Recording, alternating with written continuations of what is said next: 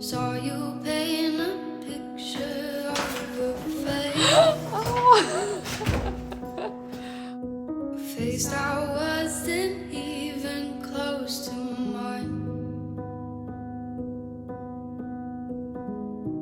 I know I shouldn't be in love. Today we're gonna meet a friend of mine.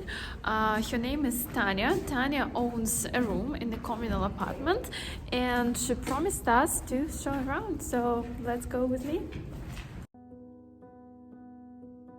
Communal apartment or коммуналка is a term that appeared in the Soviet time. Basically, it's a shared flat for many people. Sometimes 10 or even more families can live there, sharing one bathroom and a kitchen. Did you imagine a line in the morning to brush your teeth? It's hard to believe, but in St. Petersburg, around 80% of the apartments in the city center are still communal apartments, and the view of many buildings from inside and outside is such a contrast. I'd give you the world like I promised I would.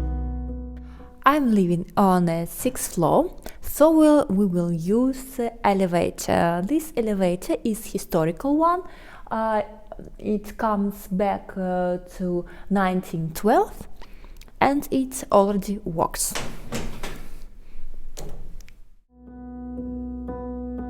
Even though you wouldn't do the same. Like I promised I would. Even though you wouldn't do the same. Now we're ready to go.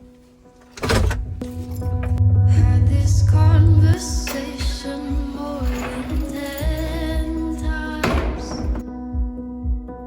After 9, I still wish you were mine. Having 8 and 7. Before we enter Tanya's room, I just want to show you a common corridor for flatmates.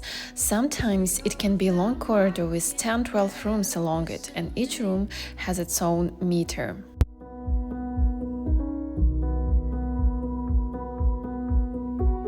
I'd give you the world like I promised. When I entered Tanya's room, the first thing I saw was numerous portraits of Lenin, who is watching you wherever you are, and there are so many of them, I even can't count. Сначала появилась коллекция портретов Ленина. Дело в том, что здесь была белая стена, которую я хотела как-то задекорировать. Я решила задекорировать ее Ленинами разных размеров. Но оказалось, что получается скучновато, и в итоге они были рассредоточены так, чтобы где бы вы ни находились, на вас смотрел Ленин. I'd give you the world like I promised I would. Even though you wouldn't do the same. А после этого так получилось, что людям стало интересно, и они стали просить мне своих Лениных. Вот эти 3 напечатаны на 3D принтере. У нас они даже какое-то время продавались, они разъехались по разным городам. В планах было модифицировать так, чтобы здесь появилась лампочка, выключатель, и была бы лампочка Ильича, то есть такой светильник в виде Ленина. А вот у этого Ленина прям супер трогательная история. Мне его привезла моя одногруппница. Дело в том, что она разбирала квартиру после смерти отца. И там было очень много старых вещей, она не хотела как-то их выбрасывать, хотела найти им применение, и вот среди них был этот бюст, и она вспомнила, что видела у меня в Инстаграме вот эту кучу Лениных, и решила отдать их мне, чтобы вот и вещи ее отца не просто куда-то ушла на помойку, а осталась радовать кого-то еще.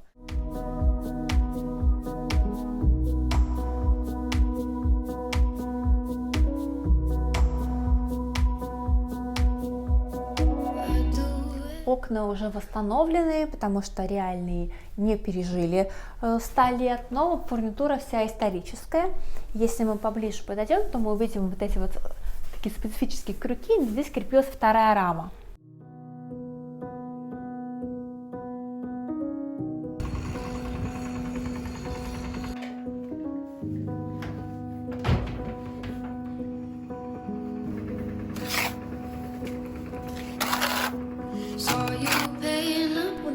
кирпичики пирогов, это те, из которых построен конкретно дом. В середине 19 века было принято кирпичики маркировать, чтобы было понятно, что это за фабрика. Во-первых, у нас весь дом должен был строиться из кирпичей одной фабрики, плюс есть какие-то проблемы, чтобы было понятно, какие именно кирпичи бьются, на каких проблемы. Вот, если мы сейчас посмотрим, у нас тут вся стеночка очищена. Тут не видно маркировку, потому что она внутри, но дом собран именно из этих кирпичей.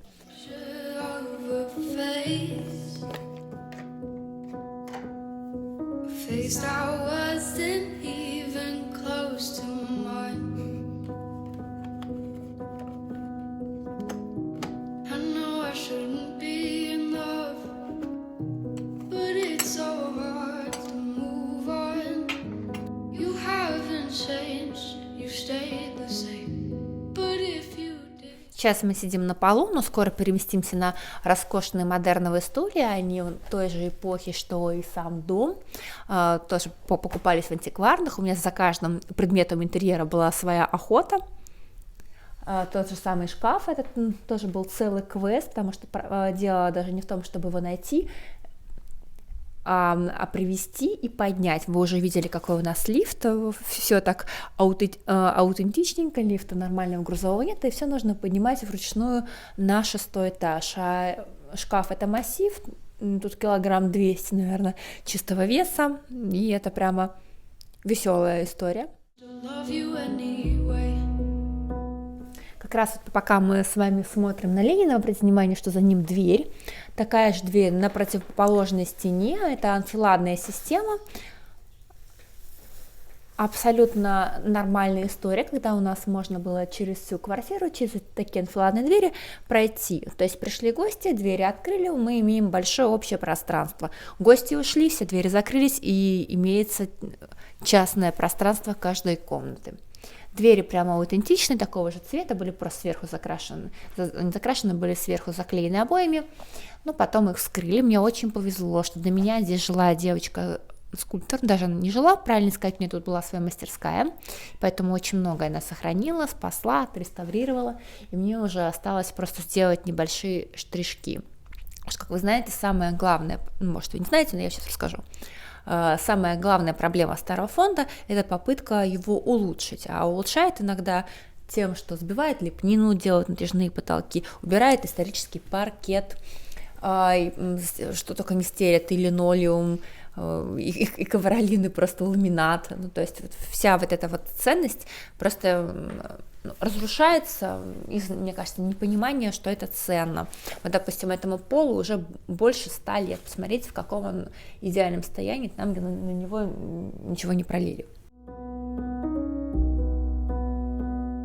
Прямо за моей спиной классическая печь компании АБО, самые популярные печи в Петербурге, производили их в Турку на территории уже современной Финляндии. Вот можно даже посмотреть, так выглядит наш камин, либо вот он за спиной, и так выглядели камины из каталогов, то есть можно было выбрать любой орнамент, камин мог быть как угловым, чтобы занимать меньше пространства, либо прямо посреди комнаты стать.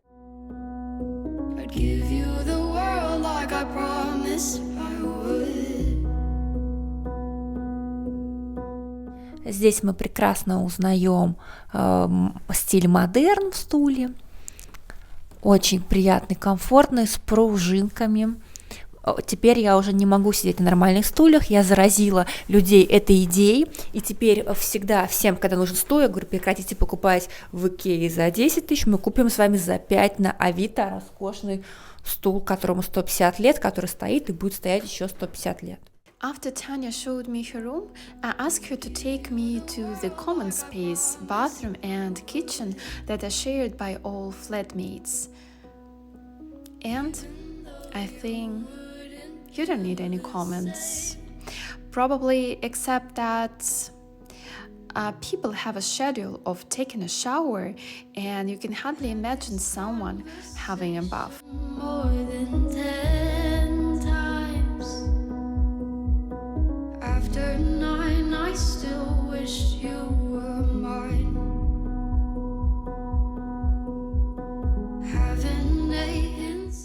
And in the kitchen, everyone has its own table to cook, its own stove and a fridge. And you can only pray to have a good relationship with your neighbors.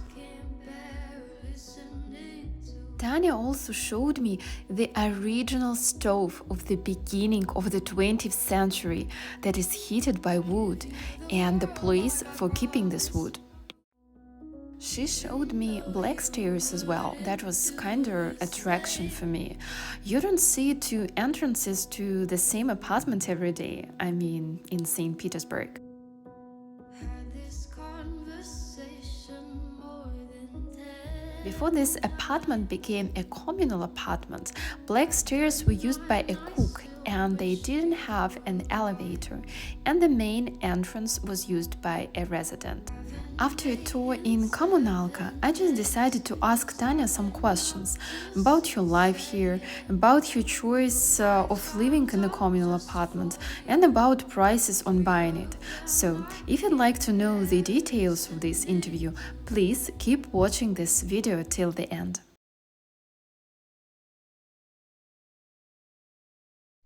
Я, в принципе, очень люблю путешествовать, обожаю исторические центры, в принципе, старых городов. Я фанат Будапешта, Милана, Турина. Моя близкая подруга долгое время жила в Милане, все еще живет, кстати. И когда я приезжала к ней в отпуск, я думала, боже, как это здорово, ты выходишь, у тебя двор-колодец, пьешь чашечку кофе на балконе, спускаешься вниз, вот у тебя лавка, берешь свежий хлеб, прошутто, сыры, поднимаешься, вот это жизнь.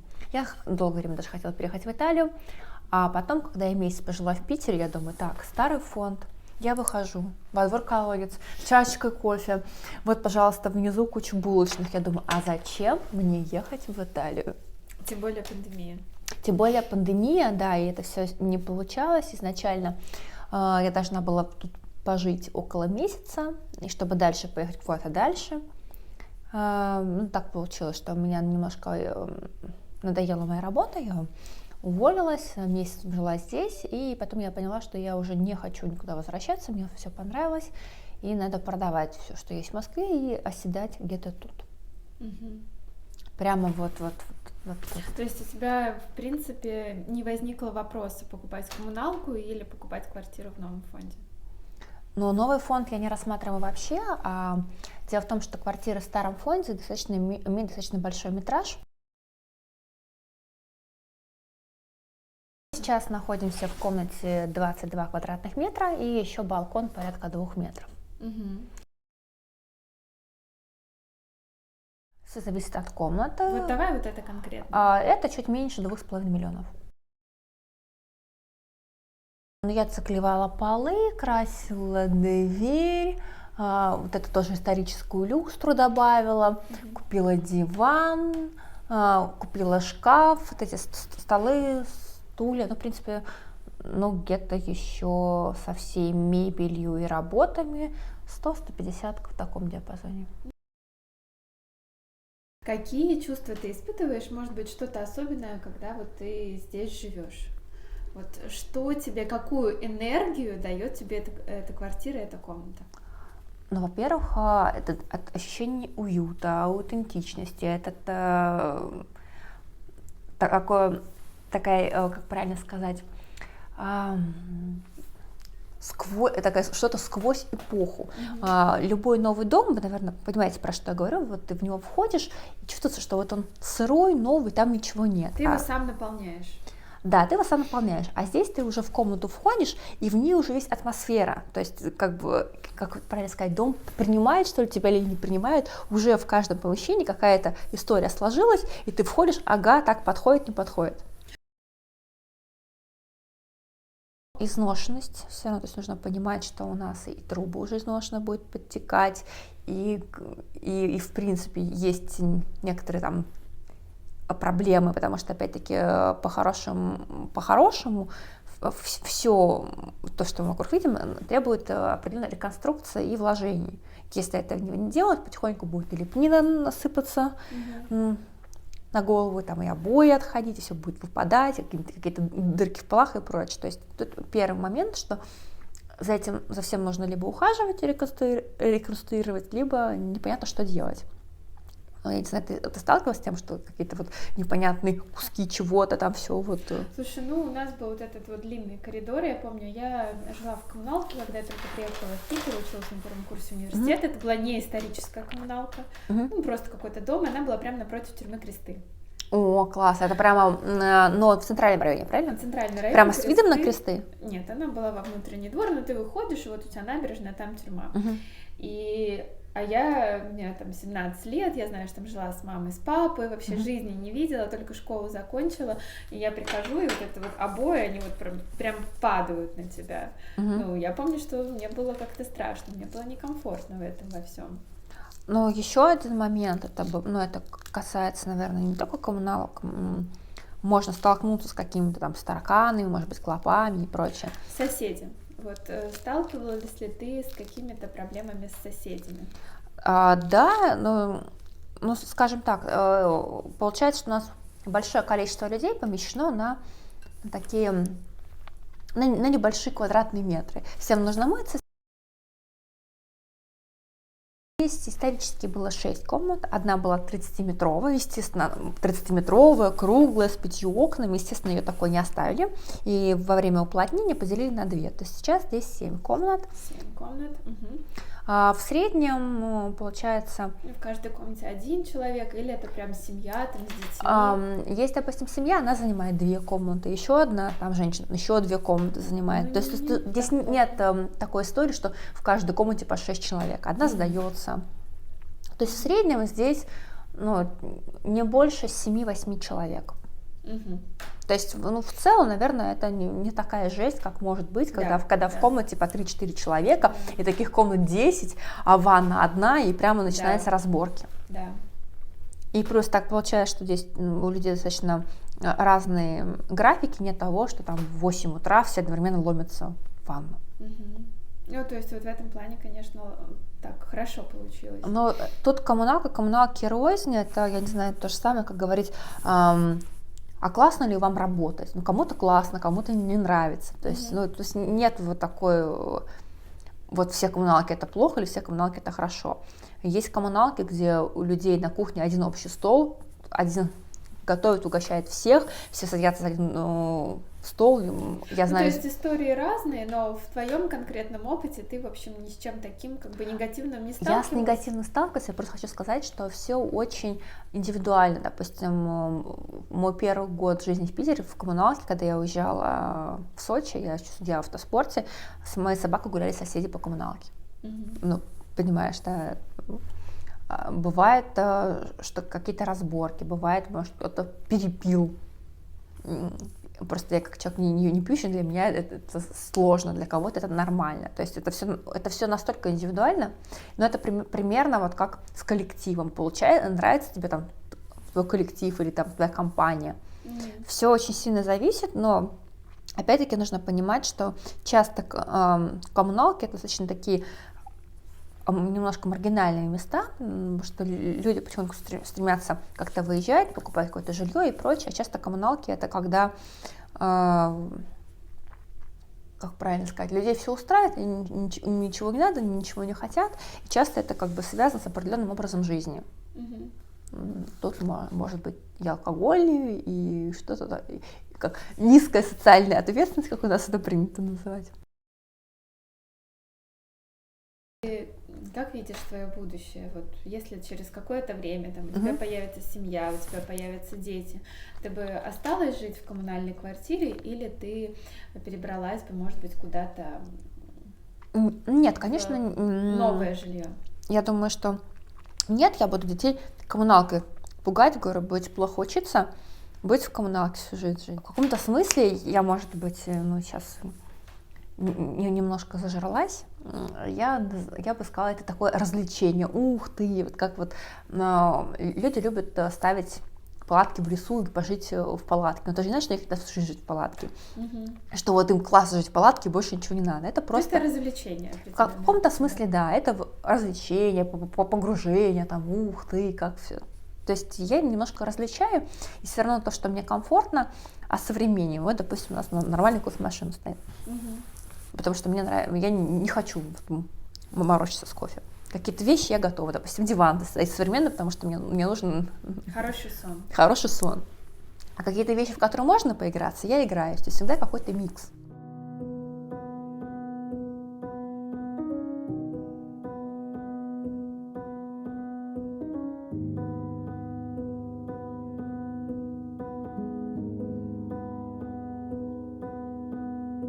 Saw you paint a picture.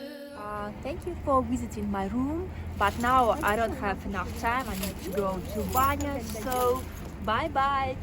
Bye! Face that wasn't even close to mine. I know I shouldn't be. Это вот жизнь в старом фонде, она как-то вот делает тебя, что ли, проще. Вот так ты идешь, ой, там полы скрипят, ты исторический скрип. Там, не знаю, дует от окна, там пластиковые окна, там, не очень хорошего качества. Тут исторические окна подпускают воздух. Будь здорова. Ты понимаешь, про что я говорю? То есть у тебя в этом, это в каком-то смысле общага. И в общаге жила. У них есть такое феноменальное, это даже можно не вырезать нормально, я не стесняюсь.